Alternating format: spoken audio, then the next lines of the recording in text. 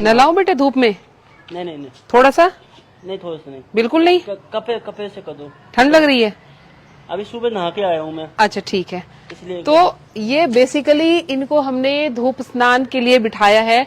धूप स्नान का मतलब ये नहीं है कि धूप में बिठा के इस पानी से स्नान कराना है, ये बिल्कुल भी मतलब नहीं है। धूप स्नान का मतलब है कि धूप आ कहाँ से रही है? हमारे सूर्य से।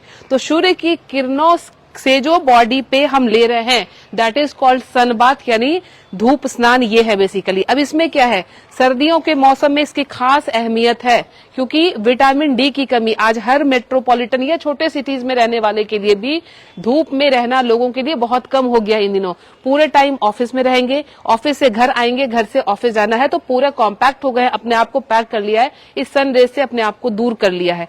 तो धूप स्नान इस तरह से की जाती है, यानी धूप में मिनिमम कपड़ों के साथ, मैक्सिमम कपड़े आपको हटा देने हैं, मिनिमम कपड़े रखने हैं सो दैट कि आपके पूरे पार्ट में जो है अच्छे से धूप लग जाए।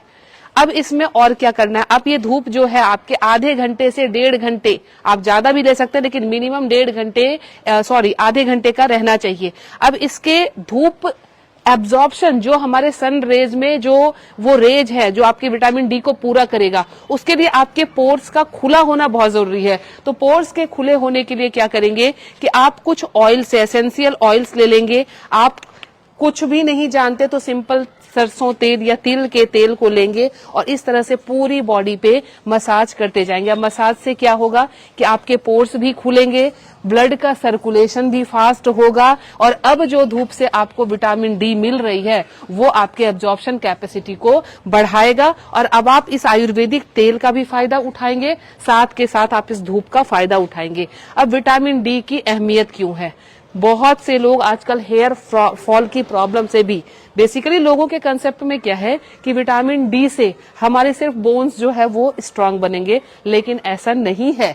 अगर विटामिन डी की कमी है आपके बॉडी में तो हेयर फॉल का वो बहुत बड़ा कारण बन सकता है आगे जाके। तो उसके लिए भी, हेयर ग्रोथ के लिए भी चाहिए आपके इम्यूनिटी को, जो आप इम्यूनिटी बढ़ती है आपके माइक्रो न्यूट्रिएंट्स को एब्जॉर्ब करने से। तो जब विटामिन डी आपके सफिशिएंट रहेगा तो जो आप खाना खाते हैं वो एब्जॉर्प्शन कैपेसिटी बॉडी उसकी बढ़ जाती है। तीसरी चीज विटामिन डी बोन्स के लिए तो है ही, वो हर कोई जानता है। चौथी चीज, अगर आप पूरे टाइम लेजीनेस फील करते हैं या आप थका थका महसूस करते हैं, आपको रिलैक्सेशन लगता है हमेशा चाहिए, तो उस केस में भी आप समझ जाइए कि विटामिन डी आपके बॉडी की कम है, उसकी एब्जॉर्प्शन बढ़ानी है। तो इससे सस्ता, सुंदर, टिकाऊ उपाय कुछ भी नहीं हो सकता कि आप अपने पूरे बॉडी में ऑयलिंग करें, ऑयलिंग करके आप धूप में बैठ जाएं। लेकिन धूप में कब बैठें? सर्दियों के मौसम में बेसिकली धूप जो है थोड़ी लेट ही निकलती है, तो धूप में थोड़ी सी गर्माहट आ जाए उसके बाद आप इसको बैठना है। और मैंने फिर कहा मिनिमम कपड़े होने चाहिए आपके बॉडी में और ध्यान रखना है कि आप चेहरे को ज्यादा ना रखें, नहीं तो चेहरे में उसकी वजह से टैनिंग भी हो सकती है, बट थोड़ी देर के लिए तो रखना ही है क्योंकि चेहरे में भी आपको विटामिन डी जो है चाहिए। तो हर जगह आप सन रेज को ले लीजिए अपने अच्छे से प्रॉपर, जरूरी नहीं है धूप में बैठ के भी मसाज कर ले या नीचे आप ऑयलिंग करके मसाज करके धूप में आ जाए, लेकिन धूप में बैठ के मसाज करने का अपना एक अलग ही मजा है।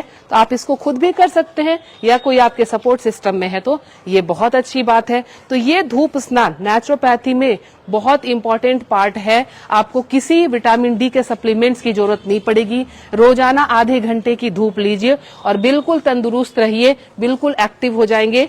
बॉडी में जो है विटामिन डी के साथ साथ विटामिन B12 आपके कैल्शियम की सप्लीमेंट्स को भी पूरा कर देगा। तो ये है धूप स्नान। धूप स्नान कीजिए और बिल्कुल सर्दियों में मस्त रहिए। तो मैं Leena Shrigyan, naturopathy and alternative therapy expert, Nai Delhi से। मुझसे मिलने के लिए करनाल प्रेस के नंबर पर संपर्क करें। थैंक